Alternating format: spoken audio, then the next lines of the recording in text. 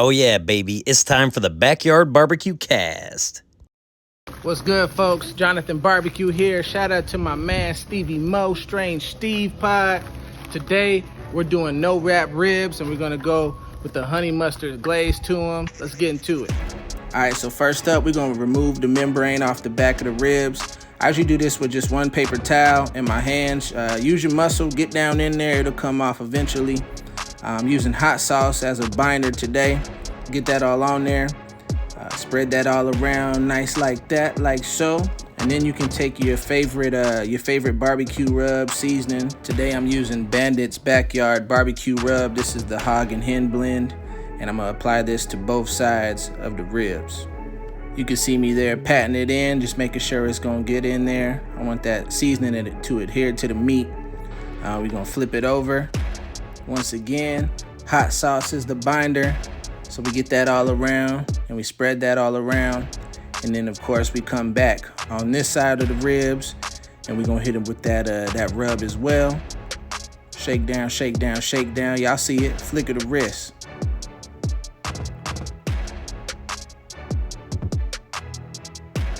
Don't forget your sides too.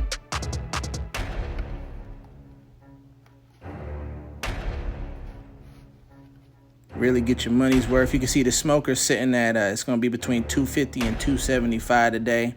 I let these sweat out for about 15 minutes before I put them on. But once it's go time, you can see me here. I put them right on the grates, and you can see me kind of playing with them a little bit. That's because the way you put the ribs on the grates, that's how they're gonna form, that's the form that they're gonna keep as they continue to cook. Now with these, because they're no wrap ribs, I'm not cooking for a specific time. I'm going for more of a look and a feel. I think overall this cook took me about 3.5 to 4 hours. Here and there, as I come back every, about 40 minutes, I got some water. I also got this honey mustard sauce, barbecue sauce. So I use the water to cut that down. This is kind of like my, I guess this would be like a mop sauce, So we're gonna shake that all up. The sauce I'm using in today's cook is Saucy Luke's Dirty Blonde Sauce. You can see me there getting them sprayed down pretty good. The seasoning's not rolling off, but we're doing this because we want to, have that hydration because there's no wrap involved in this cook.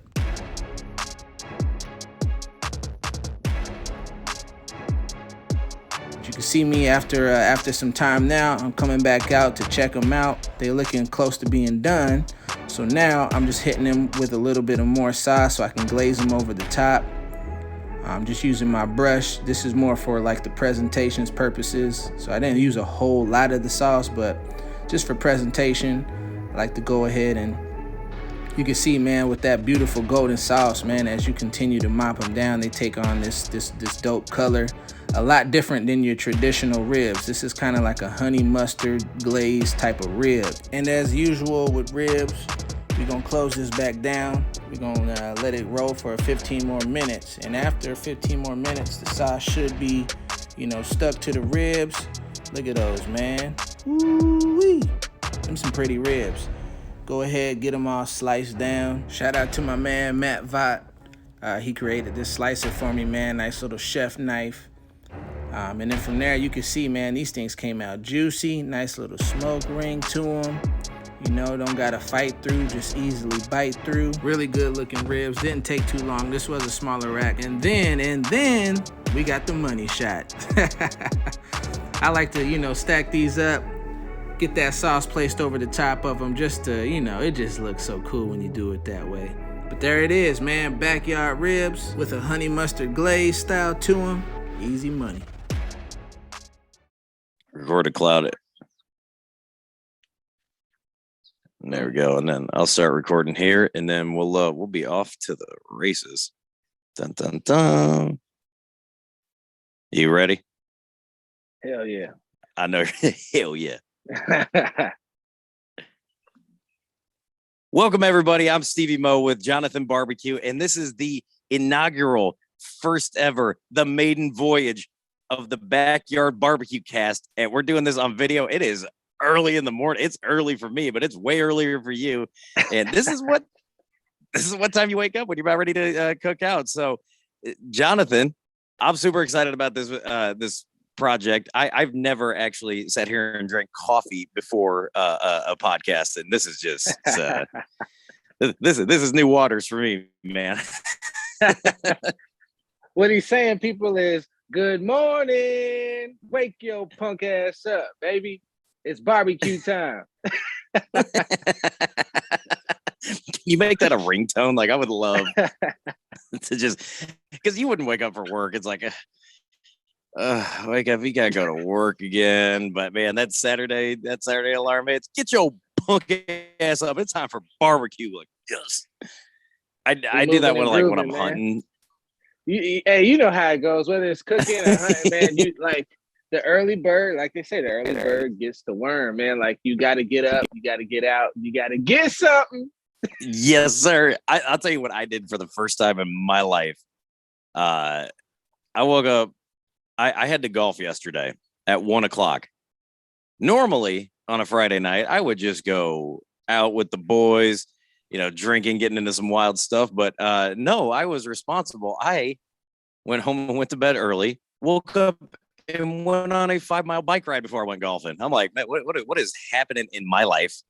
Can't explain it, but I'm growing up, and I woke up today to do an early morning barbecue podcast, which truth be told, I should have been up a little bit earlier, but the store wasn't open. I got to get a pork butt on the smoker because I've got something I got to try out. We'll talk about that maybe episode 2, but okay. I appreciate you doing this, waking up so early. This is like a little bit of a interesting thing for me when we were trying to set this up. So if anybody who doesn't know who you are, I mean, if you want to give a little bit of a background, because I want to talk about why we're doing this so early, because this is kind of an interesting story. Gotcha. Well, first I say we're doing it early because we committed, man. You know what I mean? We students of the game, man, and we really are passionate about this stuff, man. And you see these successful people all the time, man. They ain't sleeping in, man. They out there and getting it. There's a saying like, you got the same 24 hours as Beyonce does, right? Like, you just gotta go. You gotta find a way to cut through, even though you're tired or whatever you might have going on. But yeah, for those who don't know me, man, my name is Jonathan Jones. I go by Jonathan.BBQ. I'm a dad. I'm a husband. Man, I'm a content producer in the barbecue space. I get to cook a lot of good food. I get to film it. I get to shoot videos for it, and I get to spread a lot of love through the nonprofit that my wife and I run as well, man. And I'm all about the cookout culture, man. I'm all about bringing culture back to the cookout. So when my man Stevie Mo hit me up and said, "Yo, I got this idea," I said, "Bro, this is right. This is a fucking layup. This is right where I want to do it, how I want to do it, and I'm just looking forward to continuing this thing, big dog." Hey, I'm excited about it. Now, when you told me, you're like, "Hey, we got to record this," because I want to do the idea of like do it outside, because me in the summer, I'm in Iowa, man. So doing stuff outside, everyone's like, "Oh man, the weather's finally not 30 degrees. Let's have patio beers." You go, "Hey, bro, if I'm gonna do that, I gotta wait till the sun goes down here. It gets 112 degrees here." I'm like, "Ooh." So then, man. the next thing you could do, you're like, "Yeah, let me do this at 6 a.m." And I'm like, "All right." And hey, man, doing it at 6 a.m. on a Sunday, you gotta get all your stuff in, before the kids wake up, and you got to go do what you got to do. I mean, I know a lot of people Sunday they go to church, then after church is when they're going to be eating. So, you got to sometimes you got to be up early, get that meal cooked, then you go give your hour to God, and then come back, and then you're going to serve some food, and that raises a very, very big question for me. Now that we're talking about just backyard barbecue etiquette, and you're no stranger to the Midwest. You grew up in the Midwest. A lot of people, right. I remember if you listen to the first podcast that we did on my show, you're from it was Lincoln, right? Yeah, Lincoln, Nebraska. Lincoln. So how some of the Midwest summers can be. Oh yeah. Sometimes it's humid, you're wearing just shorts, you're cooling off with a couple cold drinks. What is the backyard barbecue look like? If you go to someone's backyard in Arizona, what is that like? Like, how do you prepare for that? No one has those things go all night. Did they start them later? So it's funny, man. So it's usually, if not an all day thing, it's usually at least a half day thing. The rule of thumb is ain't nobody outside. When it's 1:15 outside, bro, like you're doing yourself a disservice, right? Unless you just absolutely have to be. So a lot of times I'm out here by myself, everybody in the house, and they waiting until the sun goes down. So a lot of times, it's more family vibes, kids oriented. And then as the sun goes down, that's when we start to cut loose. We start to come out back and have a little more fun, man. But yeah, the cookouts have definitely changed. And I've noticed that through my life. Like coming up in the Midwest, we was trying to start early. You want to start early, get the rest of your day, especially if it's on a weekday or, folks got, kids got school the next day and stuff like that. Out here, man, the only way we're outside, there's somebody got to have water, man. And when I say water, I'm talking a pool. So we do a lot of, we go to a lot of folks, who got a pool or do the slip and slide thing. Sprinklers is on, you know what I mean? There's always a line of coolers just because you want to have, you got water guns and shit in one cooler. You got the cold drinks in the other cooler. And then you got the we'll just call them the dad drinks. my old man always called them. He always called them barley pops.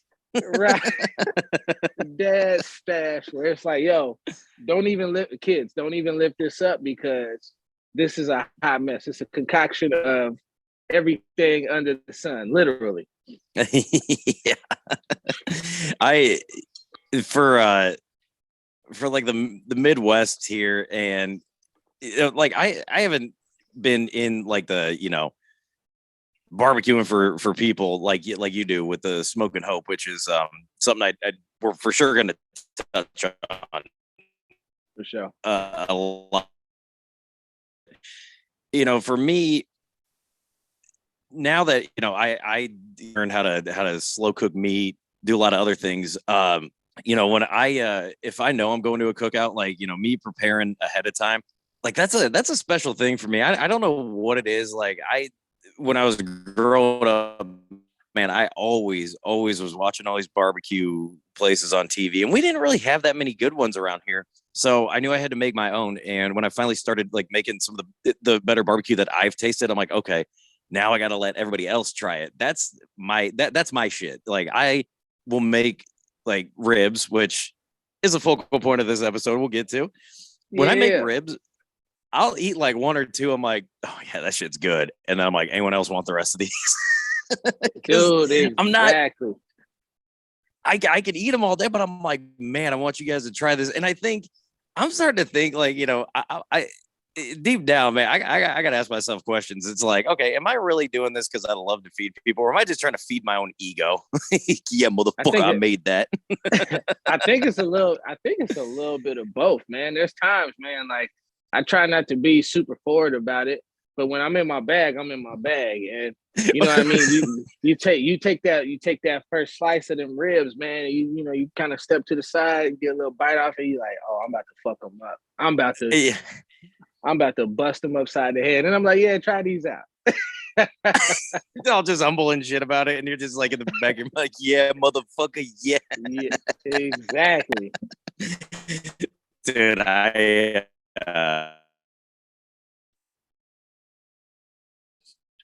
Barbecue was good enough to be around. Man, she decided to go be with somebody else. So I'm assuming that man, that dude's ribs are fucking killer. I changed my whole recipe up after she left, man. Yeah, that's the only thing that will make you. That's the only thing that'll make a dude like if you're like the backyard barbecue king and your old lady leaves you for another dude, man. That's the only time you'll be changing up a recipe. I think what would even be worse, man. What would even be worse is if she left you and like let's say for instance she was like vegan or whatever the fuck you Oh, call it. The people that don't eat meat. And the next thing you know, like she starts eating meat, she getting a little thicker on you. You like, oh, man. bro. What do you? I could not believe you went there, Tim. She leaves you and starts eating meat when she was a vegan. Oof. I'll tell you what, man. Yeah, you better think about how you're serving your meat if that's the case. Because Hello. if you can get a old lady to change her whole diet, man. Mr. Stereo Girl. Yeah, The Trey songs of the barbecue. I don't even know if I can make that joke because he's in some hot water right now. Oh yes he is. I forgot about that.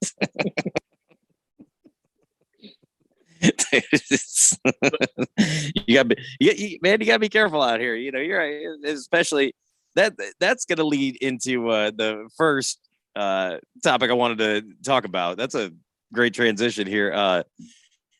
First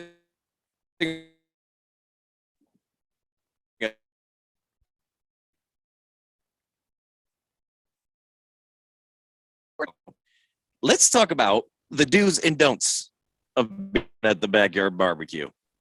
Yes, sir. We lose them. Oh no, we're still here. We still what are grinding, your baby. Yeah, what are your top 3 do's at the backyard barbecue and top 3 don'ts at the backyard barbecue? Now, is this as a host or as a guest? As okay, we'll do both, and if you want to do just a couple of each, go for it. Yeah. Okay, cool. So my main thing is a do is marinate your meat, you know, and a little bit of part of that too is to take that membrane off them ribs, man. Like, come on, dog. All right, we're gonna disagree with that because when you see how I did my ribs, I'm the exact opposite. But continue. but with that being said too, there is a caveat to that based on how long and how hot you're cooking the ribs too. So I know some cats, they cook them with them on and then they pull it off, you know, just for people. Or if they get a good cook on them to where you can bite through it, then it's all love.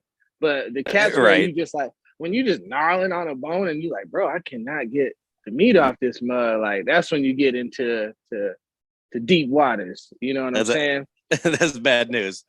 So yeah, that's my main thing, man. Show some love, man. You got people coming over to your house. It's 115 degrees outside. We done drove 20, 30 minutes to get to your house. Show some love on the food, man. A don't for me for guests is to just like, bro, don't show up with or do I should say is show up with a side or some beer or something. Like bring something to the table. Don't be that guy, man. The only acceptable thing is if you don't bring anything, but you bring females. Like I don't know why that's like an always. That's an always. I guess yeah, that's maybe a do for me. Bring the ladies. Maybe it's just because because you start messing up the vibe. Like it just adds the ratio. And plus, if you bring girls and you bring your buddies and they got girls, now they got someone to talk to because. Dudes at the backyard. Hey, here's my. This is just for me. Like I'll vibe with anybody. Like it doesn't matter. We used to go to parties, and it was at this.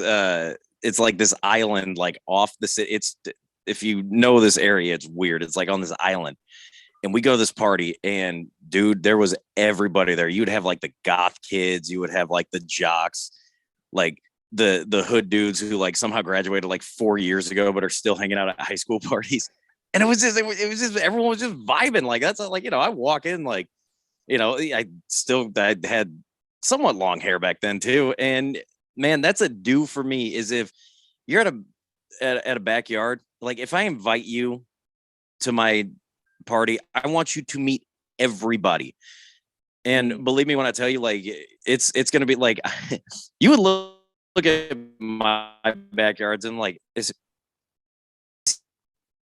trying everybody think like he's super diverse or something like that, but it's it's how it is. Like, man, because I know people from all walks of life. So you're gonna walk in and you're like, is this dude filming an NBC special for for something? Like he's trying to prove a point. Like that's how mine are gonna look. But it's like I want you to mix and mingle with everybody because, as we always talk about, that's a big do. Is food brings people together. So a big do at the backyard barbecue is go try to talk to everybody. If it's awkward, man, whatever. You know, like I would start doing like, yo, you don't get to eat until you go and shake everyone's hand.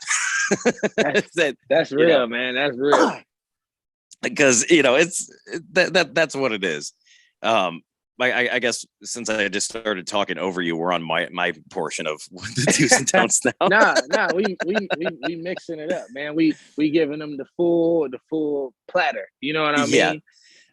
A big don't for me is if you so happen to get chosen to play some of the music, do not, and this is just a big do not play any Queen, because I man, I love all types of music, anything good is good to go. Do not play Queen, and then do not play any Kenny Chesney. Like anything else is good to go. Like I'm serious. You play some Frank Sinatra, I'm good. Anything. Just if Queen or Kenny Chesney gets on the jukebox, it's over. Bro, that's my big tone. And that's a big responsibility, man. Like you literally when you get the aux cord, you know what I'm saying, or you DJ whatever it is, man. Like the whole entire vibe is on you. You know what I'm saying, and you got to make the right decisions, man. It's almost as important as the food being there. You know what I mean? Like it really is. It's setting the atmosphere. I walked in some parties where right when I heard the music, I knew where the fuck I was at. Shit.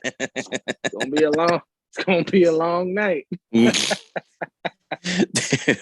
Now if you walk into a party and like I was kind of surprised that like, every time I hear like mariachi music, like I went to a golf tournament yesterday, and it was for my buddy's great grandfather, and it was cool because it all benefited the it's around here, it's the LULAC. It's like the Latin I forget the exact name of it, but basically they help not just Hispanic kids, but like everyone can help get these scholarships, but it's mainly focused on the Hispanic Americans around here. Got you.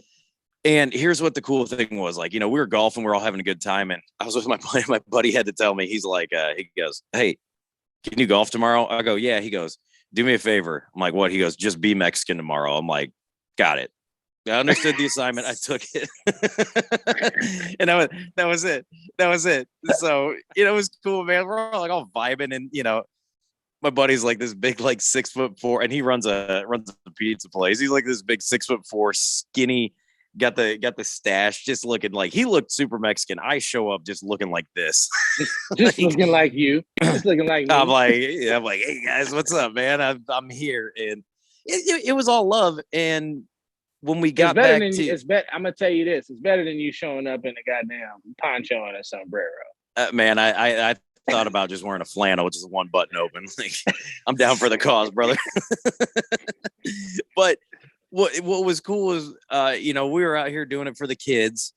I got to golf, and when I tell you I was in my bag yesterday, man, I'll tell you what, man. I was golfing like I had to prove some shit. I'm like, all right, let me show you how this white boy can golf.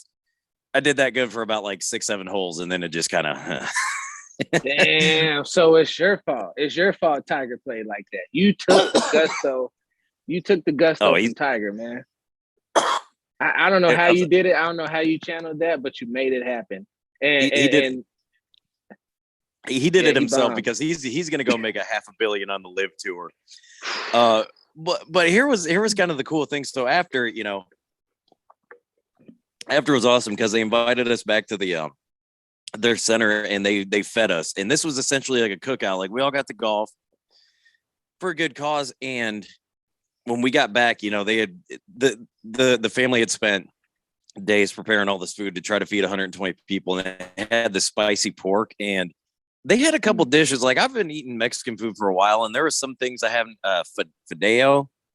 It kind of Oh looked like yeah. vermicelli, and it was, man, the whole vibe. Like after we got done golfing, we're eating some of the best food. That's a that's one of the cooler things that you can ever experience. Is, man, you get to go be around other cultures and eat their food, just how they do. And like I'm eating this, I'm like, oh my god, like I'll send you pictures of it, dude. I'm in heaven. My buddy Andrew's sitting there, he's like, bro, eat this all the time. He's like, it's weird. I'm like, as a as a white dude growing up in the Midwest, man, it wasn't like my family ever had like a killer dish. I'm like, damn, wait till you taste my mom's hamburger helper. That shit. Exactly. but Exactly. it brings me back. But if I didn't ever reach out, I never would have. If you just stay where you're at, man, you're never gonna experience anything different. So That's true. a big do for at the backyard, barbecue. Another one is, man, bring some variety. You go Yeah, to a switch it barbecue. up. You go to a barbecue and you're only making burgers and brats. It's like, cool. I can go sit and watch a little league game and eat the same thing. That's a huge thing. Is bring a little variety. I mean, it don't have to be much, but man, if you make a pulled pork in a different way too, hey, bring that. Yeah, or spin it a different way, man. Make nachos with it, or try burritos with it, and break out your little black stone and your flat top, and do something a little funky on there to prep it all up, man. Like I think a lot of folks, just with my little circle, they get hyped when I say, "Yo, we having a cookout at the crib." They get up for it because they know I'm gonna be trying something different, and I'm gonna be real with you, man. Like I got maybe a 75% success rate because I be trying too much. I be trying too much stuff sometimes where it's like, ooh, you know what? I'm glad I made some backup chicken. Like, you know what I mean? Like, ooh, I gotta dial that in a little bit. But that's kind of the fun of it too, is just trying something new. And when we were talking about doing this, I was like, hey, let's have a focal point of like a specific dish that we're going to do. It happened to be ribs, because I'm like, they're easy and cheap, and ain't nothing cheap anymore. This shit's getting a little out of hand. Which the trend in barbecue now is, truth be told, I tried one brisket, and because my pellet smoker, which, if we're gonna be real with each other, I got the Traeger tailgater. Okay. I've had it for about a year now. I did drop it, so I had to replace the fan once. It's cool to take with me to places. Like the first time I got it, I went to a friend's house and I tried wings. I'm starting to have some issues with it where for some reason, it stays at 250 degrees. Man, I tried to smoke this brisket once, and I put it on at 9 o'clock at night. And I was like, cool, I'll run it at like 200 degrees. That thing was, I don't know if the internal temp is off, but man, I checked it at midnight and it was already at like 145. And I'm like, dude, this is not it. And, if I'm like having trouble with my equipment, and I want to like start bringing cool shit to people and like trying new stuff, man. It's hard, because I spent, whatever brisket was, man, that was like a $70 cut of meat.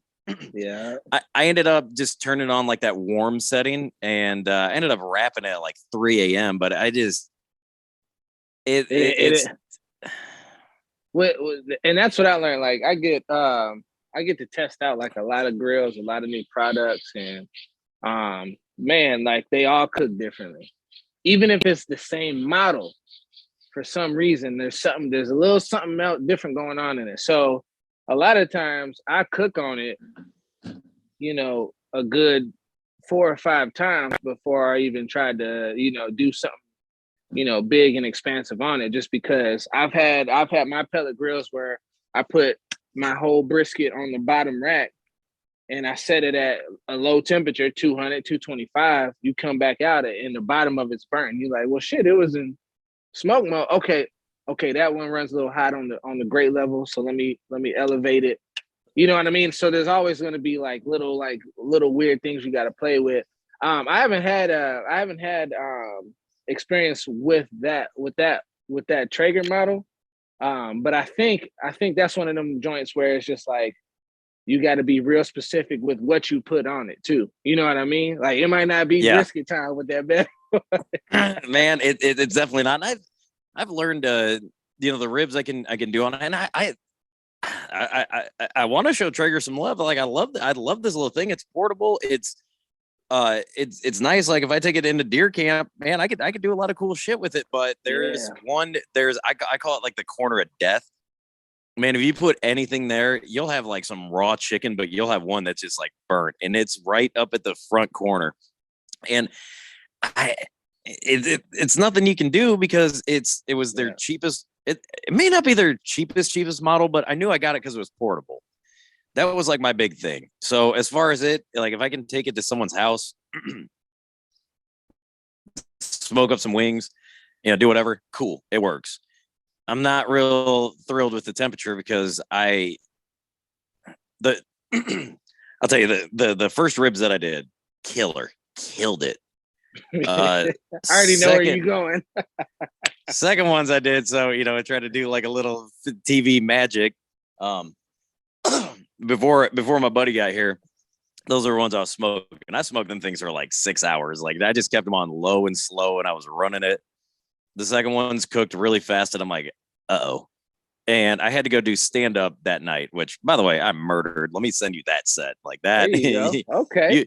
You be proud of me on that. But I had these extra ribs, and I was like, I don't know what to do with them. I messaged this girl. I was like, hey, you want these? She's like, I'll take them. I'm like, okay, cool. Like, you want me to drop them off for you? And I didn't hear from her for like an hour and a half. She's like, yeah, that'd be awesome. Thank you so much. I'm like, I'm about to go on stage right now. You should have got back to me.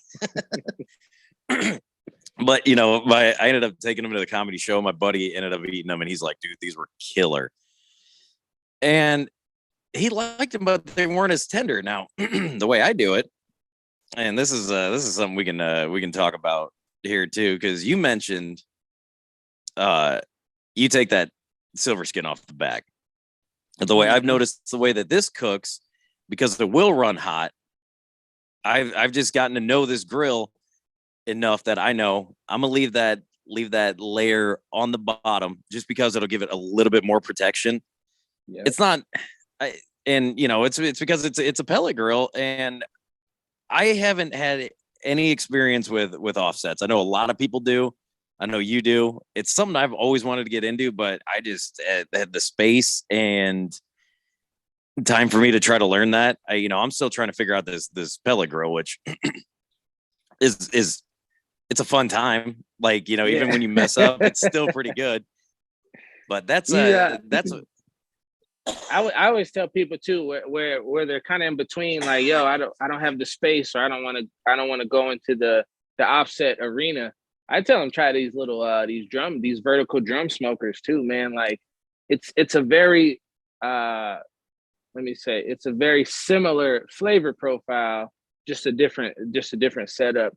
And the way these folks are making them now, bro, these are beat. Like I'm seeing people make them out of the goddamn, just the 50-gallon drums or whatever. And then you see some like that. That's this one over my shoulder here, man. You can load it up and it'll run for a good amount of time for you.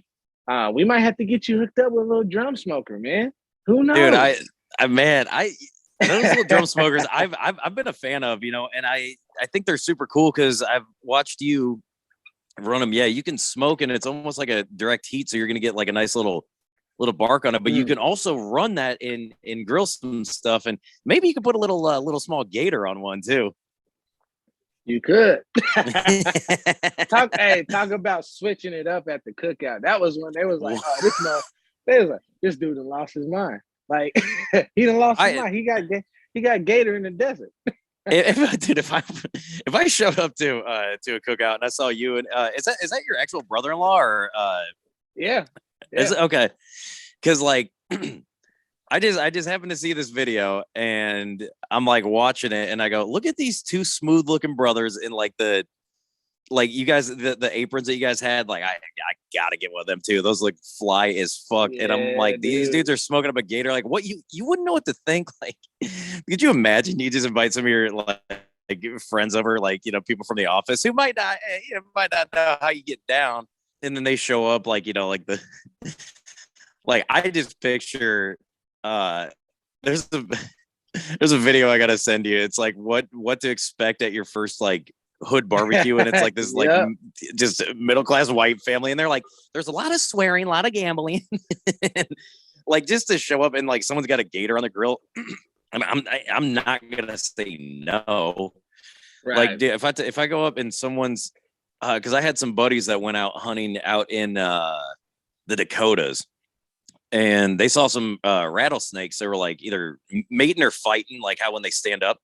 Yep. Sorry, my throat's a little it's like pollen season. So dude, when they shot him and then they smoked a rattlesnake or they grilled it right there, and I go, I'd try it. Like why not? Why not? Especially once you look at some of the texture of the meat, man. Like you can really there's certain ones where you say, okay, this is very different. But a lot of meat and proteins, man, they have a similar, like with gator, I was looking and I was like, the meat kind of looked like chicken. So what if I like cooked it like I was cooking a chicken? And then you do your research, of course, because you spent a good amount of money to get it here, and you know what I'm saying. And all, so you don't want to fuck it up, but and cutting out the fat and all that to make sure it's not too gamey for folks that ain't never had gator and stuff like that.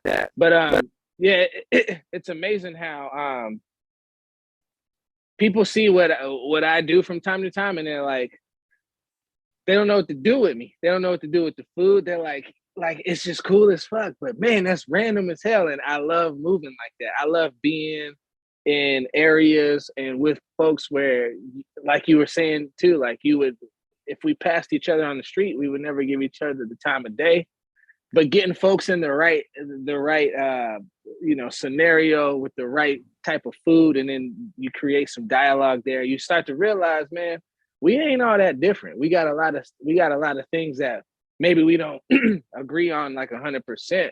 But when it comes down to it, man, like we want good food. We want good, like who doesn't like music, right? Like who doesn't like to be, unless you're like one of them folks, like who doesn't want to be happy? Who doesn't want to, you know what I mean? So you get people in the right areas, and then it becomes entertainment, right? Like we had a lot of friends and family over. They were behind the camera watching us do all of that stuff. And they were just like, this motherfucker levels up every time. Like, he's gonna edit this shit and turn it around. He's gonna put it up tonight or tomorrow. Like this dude's a beast. And it's not even for me to be like, yo, look at me do these cool things. It's for me to make, like, more so try to inspire folks to just like do what you want to do, man. Like we're past the oh, I ain't doing that because that look whack or that's corny. It's like, bro, have fun, man. Like I used to go to the club, man, and there always be some gangsta ass dude on the wall like, I ain't dancing. It's like, bro, what you come to the club? Yeah, why'd you show up to the club and just like stand there? Like it's the same thing, man. If you're gonna go to a cookout and there's something new and you ain't gonna try it, like what is the point of showing up? I mean, that's that the cookout and then life. Like, why would you not try something new? Like, you got picky eaters, dude. You got guys that like only eat, like the plain Jane stuff because they never wanted to try anything else, or it's too spicy. Well, if it's too spicy, start eating more spices. Then it's like, get your tolerance up. It's like take one more hit. No, my tolerance. Can't do it. I ain't. Oh no. It's like just try something new. But yeah, even with the ribs too, man. Like there's a go-to recipe that I have, but I don't touch it until like maybe every other month, because I'm always trying to do something different. Like even the ribs that we did, I did them a little different than how I usually do them, just because I want to switch it up, and I want to try new things so that whatever gets thrown at me, whether it's, oh man, we only got a few hours before people show up, or hey man, let's just try to knock their socks off with no sauce at all, or let's make a savory. Like there's so many different ways you can go about it instead of just doing, the same old thing every time. But then there's them staples too. You know what I mean? There's some staples where you're like, nah, I ain't playing with that. No, I did so my ribs here, and we can kind of talk about, and we both did some videos which are going to be somehow integrated in here. I gotta figure out edit that. And if you're listening, go to this will be on YouTube, and I'll see if I can put it on some other places, but mostly it'll be on YouTube, so you can actually see this. And then of course all social medias. Yeah, I'm sorry, I'm like clogging up. Like it's pollen season here, so I've been outside the past 2 days. As soon as I stepped out here, I start getting and you're like, I thought you was beatboxing. Yeah. No, I'm like physically, like nature is slowly killing me. It's like choking off my airways. That's how you know too many people are alive. Like when I had a buddy who almost died from shellfish, and I'm like, dude, that's how you know, like that's the most Midwestern thing ever. Cause, and I made a joke about it. I'm like, you almost died eating like lobster out of sushi. I'm like, dude, there are trashy Patriots fans who stuff their fat faces with lobster rolls all the time. If you're a Patriots fan, you're listening, you know I'm talking about you. But like they do it all the time, but they survive. But yeah, man, the way I did my ribs, because I'm like I said, I'm still kind of somewhat new to the game, but you know, there's that staple of salt, pepper, garlic, and I changed that out for Lowry's seasoning salt, and it just did it very basic, and I kept that membrane on in the back, and just very low, slow smoke. What I did change up a little bit was, you know, because everybody knows, you know, you can do that competition style, or you can always do it however you want. When I wrapped it, you know, I did a little bit of that D'Angelo, that brown sugar, baby. Ooh. I get high off your love. I did like a cheap brown sugar, but I also I went hard in the paint with the Kerrygold butter. Like if you never had that Irish butter, ooh, dude, that is that's all I use, bro. The first time I had it, like I'd always heard people talking about it, and then my aunt had it for Thanksgiving. I got a big Irish Catholic family. Dude, I put that on a roll, and I was like, I went back for butter more than I went back for the turkey. Like that is that shit is top notch. And I did that and finished it off with, you know, like I seasoned it a little bit with I used some of that meat church, that pecan rub. Because I wanted to add, you know, I knew going into it was like that hearty, you know, it's just that barbecue, like that classic barbecue. It didn't have no frills with it, but that pecan just on the top just added, in brown sugar added enough sweetness. They're like, all right. And to me, that's how I wanted to make like a really, really classic rib, because I do appreciate the flavor of meat, being that like you got to compliment it well. Like a lot of people like will just drizzle sauce, and then I did put some of that Big Mo's I-10 sauce, which is like a it's not a sweet barbecue sauce. It's fire. And you know, Big Mo, he's so he lives about 3 hours away in Des Moines, about 2.5. And I love that dude. He loves muscle cars, guns, golf, drinking beer. He's a vet, so I'm like, gotta support him. And he's one of the coolest dudes. He won't do a podcast. I've been trying. And my buddy Dan, who runs a radio show in Des Moines, he's like, dude, good luck. I've been trying to get him on for years. He's like, I'm pretty sure he's like, I've been to his house and he still won't hop on my radio show. he's just busy. He ain't got the time for it. No, I'll get a couple bottles. I'll send you his. He's got like a whole lineup, dude. It's worth it. But yeah, I keep seeing it pop because it has like the interstate sign. Like yes, yeah, he's got it, right. Okay. Yeah, he's got like I-10, I-20, and then I-4. So he's got like the southern style, the Kansas City style, and then, you know, depends on what road goes through it, which is very cool.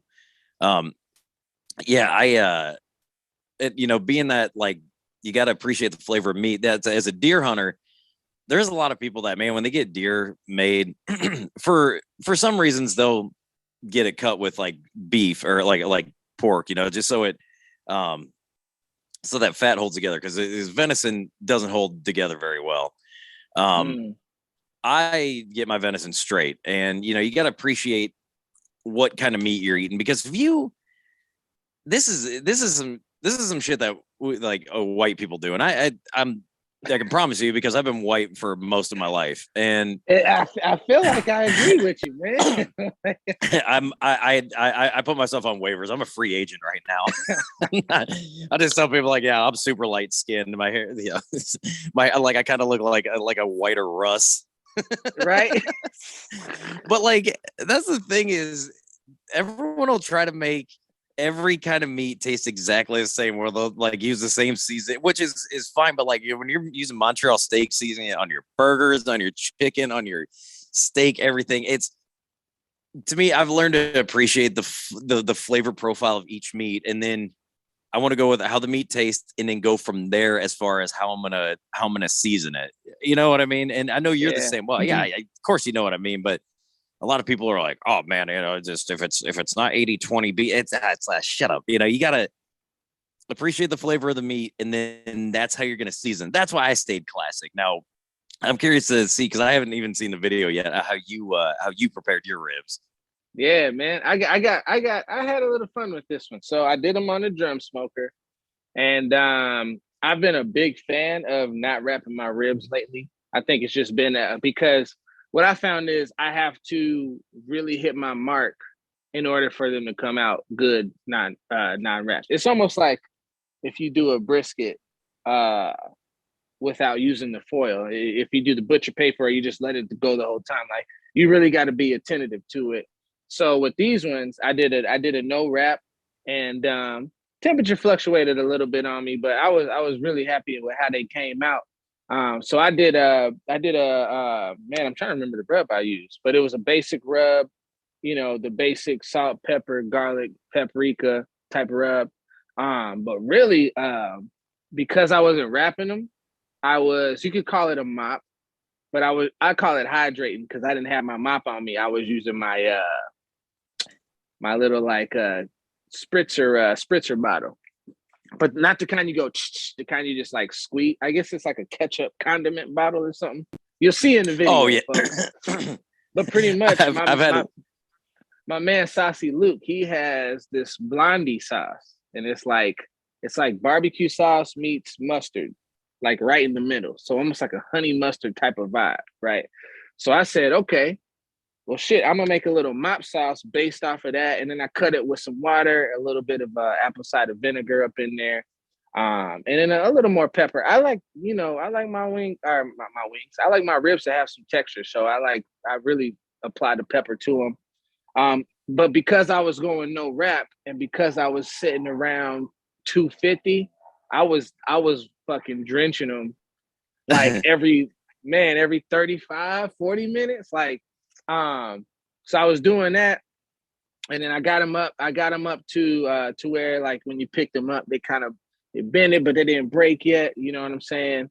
And then I let them rest. For, let's say, 15, 20 minutes. You know what I mean? And then after that, I'm lying. Before I let them rest, 15 minutes before pulling them off, I hit them with that honey mustard blondie sauce, bro. And I was thinking, when I did that, when I wiped it on, I was like, bro, these do not look like ribs. They look like yellow, like honey mustard ribs. You know what I'm saying? I closed the lid, let it go for another 15 minutes. When I opened the lid, I was like, okay, these is ribs. Like, the color, they're back. They're back. The smoke hit them or whatever, and then they turned into these mahogany, beautiful looking ribs. I wish I would have did a bigger wrap. But yeah, so I pulled them off, and then from there, I did I call it the money shot, where you just drizzle, because I don't like hella sauced up ribs. So I hit them with the money shot. And I drizzle. I can't wait for you to see the video, because you'll know exactly what I'm talking about. Hit the money shot. Here's a wet wipe. Wipe that off. Man, and like, oh my god! So I glazed them, right? Stop. I glazed them with the blondie sauce, man. You were like, oh, let's go kill him. It was a great time, man. It was a great time. It's too early for this, man. And you know what's funny too is like while I shoot as some of the folks may know, a lot might not know, but I shoot a lot of videos every week. Like I'm a content. Tons of money shots. I'm a content powerhouse. I'm a juggernaut. I shoot a lot of content, and being in Arizona, man, like you got the sun. I'm up north a little bit, so there's not a lot of mountain coverage and stuff. So I'm a little out of the city, so we get wind going. So I got, this diffuser up and the wind's trying to blow it over. My camera's about to overheat. This was the first time, man, where it was just like, yo, I shouldn't say the first time, but it was the first time in a while where I was like, yo, I know Stevie Mo, he's doing his ribs, man. I'm out here doing mine. I wasn't hot. Like everything went, straight according to plan. I can't wait for y'all to see these little clips that we put together because, man, when you see how the ribs come out, and when you see how we hit them with the the finito, the final shot, man, it all brings it together. And that's I'm trying to keep it together. And that's what this I can't wait. That project is all about. It is, and I'm sitting here learning stuff too, and that like raise it's now we're like sharing things. Like now I'm curious about a mop sauce, and that's something I'm like, maybe I'll try that next time. And that just shit like that just gets me excited. Like just knowing that, okay, next week I want to try a mop sauce's ribs. And if it don't come out well the first time, you tried, but for the first time, I'm getting like super excited to not for the first time, but like, in my life, like I will wake up early to try something new because I'm like, man, I can't wait to kill it and then maybe get that money shot too.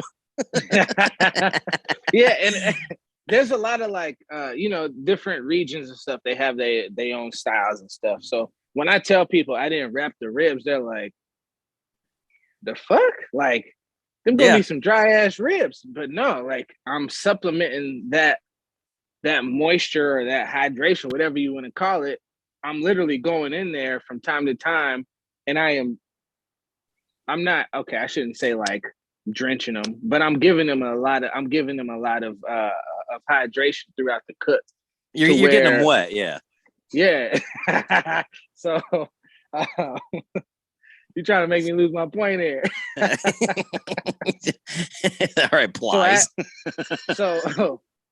So as with the cook is going, it changes from being so rule based, right? A lot of times people cook and they're like, well, I got to do the 3-2-1 method, or I got to wrap at this certain time.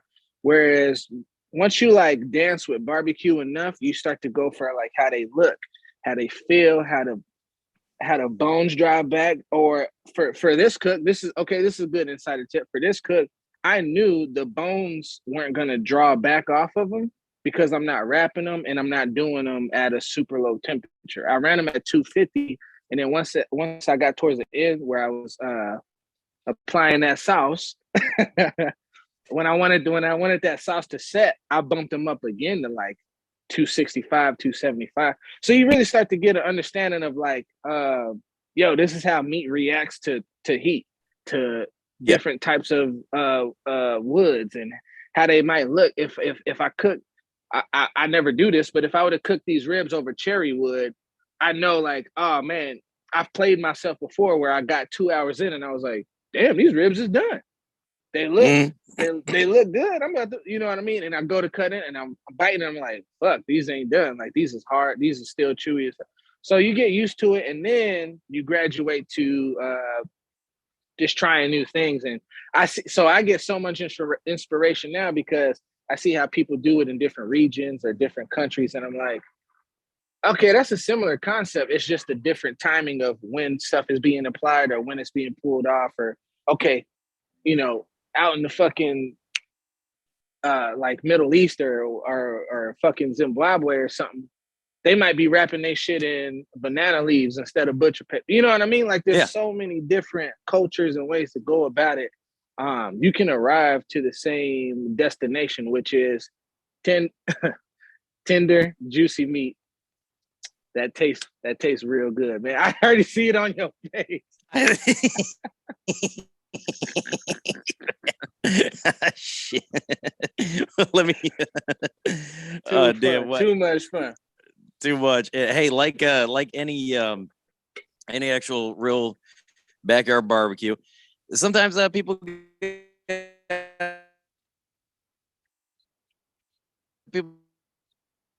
got to go be a dad here in a few minutes. I did just want to ask one more quick thing, because like I was thinking, I'm like, damn, I'm jealous as fuck that like you can barbecue all year round. Like I could too, but it gets super cold here. So trying to keep a pellet smoker going, you're gonna burn out like a lot. And I'm like jealous, but then when you're telling me, you're like, dude, I can only record like at this certain time because your phone's gonna overheat. You're like, it's 112. I go, anything over 110 degrees, you've got maybe 10 minutes. Yep. So we got to fight that. But how is when your smoker is already the inside of it's already at like 165 without you even grilling anything? Like you open that some bitch up and you can see like the is fire management a little easier when it's that hot, or is it actually a little bit more difficult because it's so hot that it just wants to keep heating up more? You know what? I'd say it's easier. There's times I come out here and I look at the cooking chamber, however accurate those thermometers are anyway, but it'll be reading at 150, and I'm like, dude, I ain't even started a fire yet. You know what I mean? So I would say the benefit is getting up to temperature a lot quicker. The benefit is clean smoke a lot quicker. Like, a lot of folks have to put their logs, unless it's a big log. A lot of folks have to put their logs on when they do an offset. They put them on the little warm plate to get it so that it can combust faster. For me, bro, I'm just sitting these logs out in the sun. They already fucking hot. I throw them in there, and within 90 seconds, I'm already getting a good burn. So I do feel like it's easier for me now. And I'm trying not to go off on a tangent, but the difference is we got to understand what we playing with. So I use a lot of consumer grade smokers and grills. There's a big ass B over there. Okay. He's trying to shake me. I almost got attacked by a bumblebee too. That motherfucker wanted me because I'm so sweet. This motherfucker's like Wu-Tang, bro. The Wu-Tang killer bees. We on the swarm. I use a lot of consumer grade grills. These are grills that you can find at your Lowe's, your Home Depot. I got to give a tremendous shout out to the dudes that use these big custom grade thick metal smokers, because that's a whole different game. You can't get your fires up to temperature in 30-45 minutes. That's like, I got to set aside 60 to 90 minutes before so me waking up at 5 a.m. to start a cook, a lot of cats waking up at 3 a.m. in the restaurant space, and damn, a whole lot of wildlife coming up out here. We got pterodactyls and shit out here, bro. Arizona's wild. The fuck is that? So yeah, I do feel like, if I had to make a guess, it is a fire management is definitely easier. I've cooked in the Midwest back home, and took longer time to get fires up. Took a little more energy to burn a cleaner smoke and things like that. So that's a super good question, man. And that's kind of cool, now that you understand what how different regions go, and not to get too far off into this, because I know you got stuff you got to do, but everybody says when you cook regionally you're going to use what wood's around, and the Midwest, at least we got a lot of apple wood, some cherry wood, like a lot of that shit's readily available. I'm looking at you, and it's amazing that I see 3 trees in the background. Those are the only 3 trees in Arizona. we got trees. Where do you get your your wood supply? I mean, you don't got to actually give a name, but is it easy for you to get? Because that's the benefit of pellet smoke. Everybody wants to talk shit about pellet smokers, but it's it's easy to get. You can just go to Lowe's or whatever and get. Everybody's got them. Pellets. Everybody's got them. cheaper than propane, but like for you essentially out in the desert, I mean, how hard is it to come across like wood?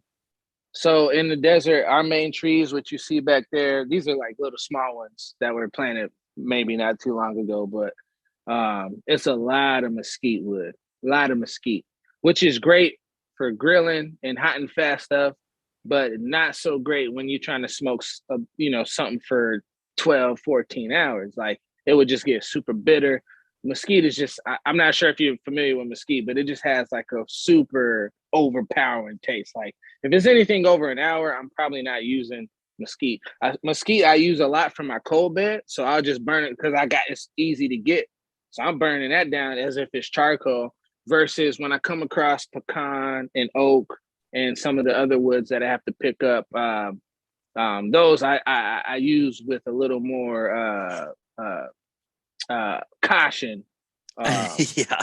When I'm cooking, and I get it from this lady. Her name's she actually had. We used to call her the wood lady, right? This old lady, man, and she's still out there doing it. She has this wood lot. Now she's got like her grandsons and her grandkids helping her now. But before you would pull up, you pull your truck up to the wood lot, and then she would ask you what type of wood you want. She would, will it all out, and then she would even try to help you. And you're like, no, I'm good. Like she's like 70 something years old, bro, and she has all the cuts, and the way she's getting them is from very far north Arizona. And she's even got some connects in California and some of these other surrounding states too. So I'm lucky because I've been going to her for so long. She still shows me love on the grandfathered price. But yeah, man, for the average, backyard barbecuer out here, man, like you either got mesquite or you doing charcoal or you getting I don't want to talk down on it, but you're getting the less the not so good stuff from like Sportman's or Cabela's, like the little, I forgot the brand, the Western. You just go get the Western pack from Walmart. You know what I mean? They get the wood chunks and the wood chips. So that's where, like, when I talk to my buddies who are in Texas, when I talk to my buddies who's Midwest, the Carolinas, man, down south, I'm like, man. But even then, when I talk to them, they're like, yeah, but we have to wait for this stuff to dry out. You know what I mean? They're like, a lot of this wood we get is super green. I can't use it for another goddamn yeah, you got to season it too. Yeah. And then it's like, oh shit, it rained. Like, we don't get rain here. So all my stuff is always dry. Even when it rains, it didn't rain. I don't cover my wood up. You know what I mean? I just leave it out because it's a very dry climate. You know what I'm saying? Yeah. That's fascinating. Just to kind of think about, and just how different regions got to get down. And it's like you said, man, It's like they're wrapping the banana leaves or you're using whatever wood you got. It's however you got to get it. So, yeah, man. At the end of the day, good barbecue is good barbecue. You know what I'm saying? And I don't care. Like, I know some folks that can cook very good barbecue for a very long time over only mesquite. I don't know what they doing. I don't know how they do it. I just know I can't replicate that yet. But I'll be watching, taking notes. Like, you remember that one dude from you remember the show Recess? Whatever that little oh shit, whatever the little snitch's name was. He's always just taking notes, like he's like a little snitch. But man, I'd be doing the same thing. Like, that's how my mind works now. When if I go and someone's cooking something else, like, or someone's in a kitchen, that's where I'm gonna be, because I'm like, I want to watch how you're doing this, just because, like, not that I want to steal it, but like I want to try to bring that now into what I'm doing, because it's something new and it's exciting, and it gives you a reason to want to be the backyard barbecue host or the guy who brings that killer dish. Like, when you're going to someone's backyard, you're like, yo, I'm gonna fuck them up. Like, unfortunately for you, like if you're showing up, like, you have to kill it. Me, man, I'm just so much of a disappointment. Like, if I actually have a good rack of ribs, people look at me like, that's actually really good. Did a video with my old man. Yeah, my old man got it, and he's like, that's actually pretty good. I'm like, oh my God, my dad's actually proud of me. Well, last thing I remember, one time, as soon as I got done with Little League, my dad just looked at me. He goes, man, I always wish you would have hit a home run, man. Like he wanted me to experience that. I let him down. but I fucked him up with them ribs. I'll tell you that. Right. And But these this is ribs, though. and this is how like uncultured he is. It was just salt, pepper, garlic. But to be honest, though, I did fuck them ribs. I was in my bag, and I was gonna say it don't take much if you do it right. It don't take much, man. dude, that smoke ring almost like went through the whole rib. I'll send you pictures. I was like, God damn, like this was good, but I mean, it was a thin rack, and you know, it's that discount price. But man, is there anything that we didn't cover here? Like I said, I know you got to go be a dad, and we covered the ribs, man. We gave folks a very good intro to what they can expect, man. I think the main thing I'm looking forward to most is just not only seeing this come together, but also like starting number 2, starting the next one. Like, we got to give the people what they want. Backyard boogie style. We here to stay, baby. We are, dude. This is gonna be a fun little project, and I'm excited to see where it goes. I keep telling you, I'm inviting myself out to Arizona so we can film a live one of these, but I'm just like, I'm coming out there, bro. I'm coming out there. Then you tell me it's like 115 degrees. I'm like, man, why don't we just meet in like Nebraska for a live one, dude? Hey, I think, let's make it happen, bro. that we should. I think we can make that happen, man. We should. Man, is there anything that you want to plug, shout out? Yeah, man. I'm always, yeah, man. You can always find me at Jonathan.BBQ, Jonathan.BBQ, and also the nonprofit that I run. It's a cookout that everybody's invited to. That's at Smoking Hope, no G, at Smoking Hope. That's where you can find me on this in the social media space, the social media world. Yes, sir. Man, this was a whole lot of fun. I haven't had this fun this early in the morning in a long time. Like I'm drinking coffee and now I switched to the hard stuff, the Diet Coke. Yeah. We setting the bar high, baby. I am, yeah. And man, I gotta get a pork shoulder on the smoker here in a little bit, and I got some stuff I'm gonna try out, and okay. I'm very excited for it, and you've got some exciting stuff too. So, man, episode 2, we're gonna fuck them up. Hopefully we get one out. We didn't even know like how many of these we wanted to do. It'd be like one a month. Like I know once a week would be almost impossible, but dude, we're gonna keep pumping out content, whether it be right. You know, this is gonna be fun. I'm excited about it. How it flows is how it goes, big dog. Yeah, I love that. All right, guys, man, get your ass out there, go cook something. Don't be an idiot at the barbecue. You show up at a backyard barbecue, bring something, cook something, be somebody that people want to be around. Hey, that's what's up. All right, guys, we'll catch you on the next one. All right, how do I stop recording here? Recording? Welcome to Backyard Barbecue Cast, episode 1. Today, we're doing ribs. Why ribs? It's a good cut of meat for a fair price.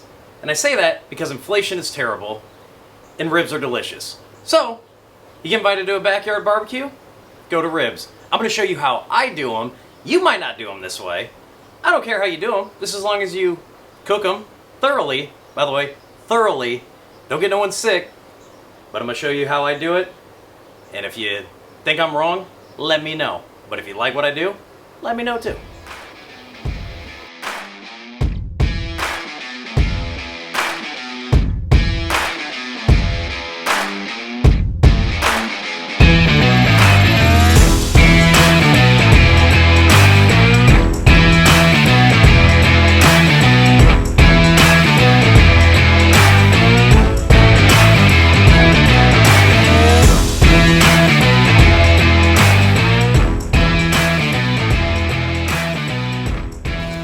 I got spare ribs. Why do I do spare ribs? Because they're cheaper. They're like $3 cheaper than if you did the St. Louis. But we're going to trim these down to essentially where they're St. Louis. So, get your knife. I paid $1.99 for this knife at Walmart, and it is amazing. I slice the back open here. Not really worried about the silver skin like everyone else is, which I don't actually even take off. I know a lot of people are going to think that's a little weird, but I just don't. So, I'm going to do a real simple trim. With these spare ribs, there's, if you know about trimming them, there's this chine bone that runs up here. All I do is just cut that off. Sometimes this knife works, other times I got the Big Daddy. But I just kind of follow that, and I get that out of there. And cut them down like that. Easy. Save this. I like to use those. If I get a new seasoning I'm unsure of, when I'm cooking, I'll throw it on there. Taste it, you know, a little pit snack. So that's just my little tip of the day. You know, if you go full bore into something and you don't like it, well, at least you can try it. I'm going to take that off. Save that. I'll take a couple of these end bones off. You know, and you can look on the back and see where some of the bones are. I'll go right about here. Not a lot of this is going to waste, but I got a small pellet grill, so I make it work. And it ain't the size of the grill, it's, you know, how you use it.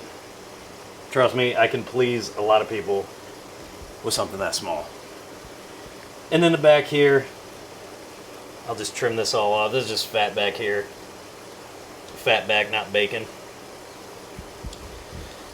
And that's really how I do it. I mean, I can square this up a little bit, make it look a little bit better, but I mean, it's for backyard cooking. Again, that's where we're at. Move this fat off here. You can't see it. It's behind the camera. But that's how quick I do it. I mean, you can still take some of this stuff off. You can still see some of these bones up here. Again, I leave the silver skin on. I've heard a lot of people, if you do an offset, they'll take that off. I leave it on. You know, I know I scored it a little bit here, but it's right in the backyard. I think we'll be fine. I might take this little bit of stuff off here just so it don't burn up. And we'll throw that on the pit and eat it. So there you go. Real easy trim. So there you go. Quick, easy trim. I did it in just a few minutes. If you're going to do a bunch of these, you can do it that way. You can leave them whole if you want. You'll just have some, you know, ends that get burned up, but some of this fat you can take off if you want. I'm not going to worry about it. So the way I'm going to season this today, it's just a little salt, pepper, garlic. Something I put together. It's actually Lowry's and some other just generic spices, but I think it'd be good. We're going to go pretty heavy on here because I got to get rid of this because I'm not going to do anything else with it today. And as soon as we get that done, I'm going to let that sit for about 10-15 minutes. I'm going to flip it over, do the other side. Competition guys will pick a side that they want to do. It don't really matter. I do it this way. You can do it however you want.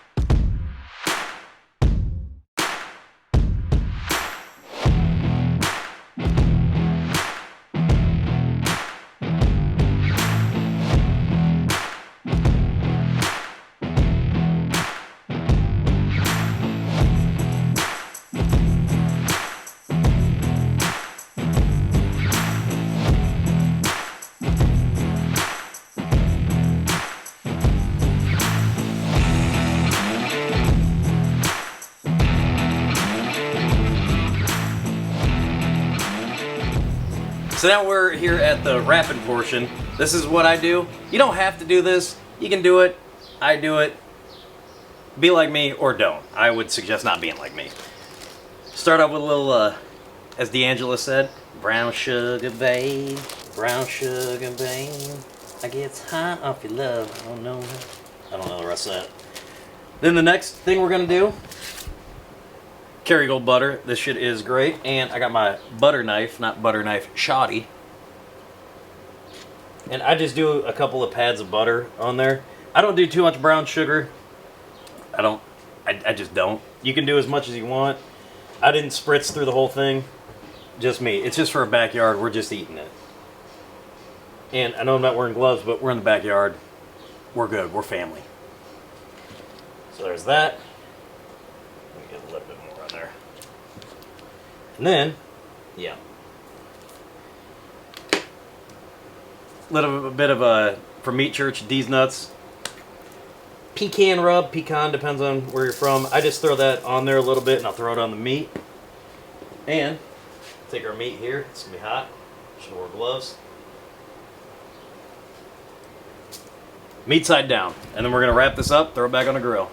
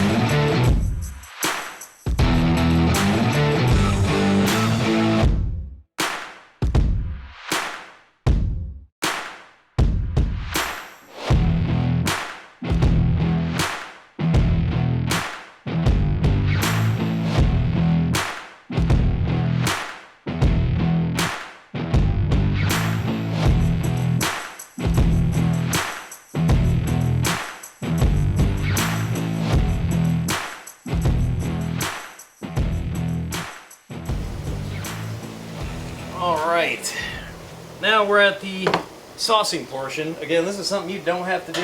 I do it. I like doing it. It makes the ribs look a little better. Because if you're not that great of a chef, oh my. Look at that. So we're going to flip this over here, and again, I don't have gloves. But I think, oh yeah. Ooh. That's looking mighty yummy. A little bit of Big Mo's I-10 sauce. This dude is awesome. He's from Iowa, likes guns, cigars, golf, and he's a vet, so gotta support him. And I'll just kind of drizzle this on here.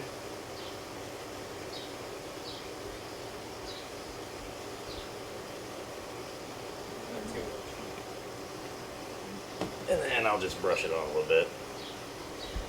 Now that we got these all sauced up, we're going to throw them back in on the grill for 10-15 minutes.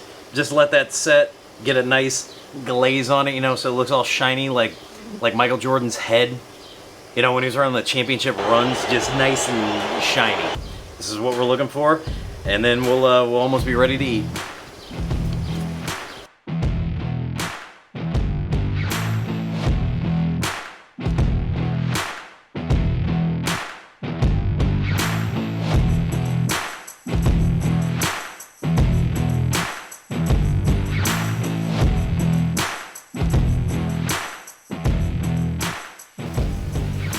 Alright, now it's time to slice on in.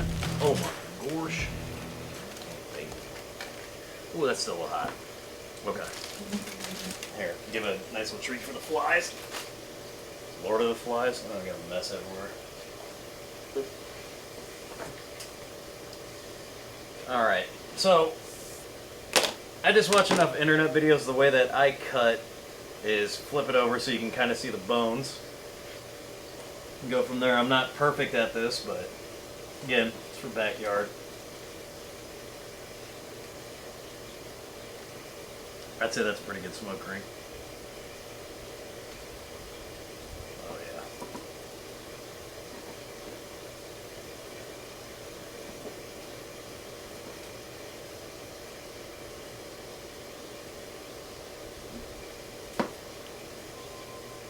I think it looks all right. We do got an official taste tester here. So, we're going to have my old man come in here and taste the rib. Dad, you want to... Grumpy as shit, he just woke up from a nap. Here you go, you want to try which one? Now, be honest. If it's terrible, don't lie. Very tender. Is it good? Bad? Very good. It's just very tender. It's just such a dad answer. Very good. No, look at him. He's going back for a third bite. Oh, good. So, that's ribs. That's how I do them. And apparently they work, so. Oh, and don't forget, before you eat, camera's got to eat first. These turned out really good. That salt, pepper, garlic, and then the sauce on top. It worked out. It was, I know a lot of people put a little bit of sweetness in it. We had a little bit of sweetness with that, the pecan rub and the brown sugar, but everything meshed together. Worked out well for this. Big smoke ring. It's almost touching. Like we did good. So, guys, go out there, try this. If it works for you, good. If not, I got sauce all over my face. See, this is the backyard. I'm not even drunk, and I'm like eating like an infant. But I'll tell you what, this is a good bite. Yes, sir.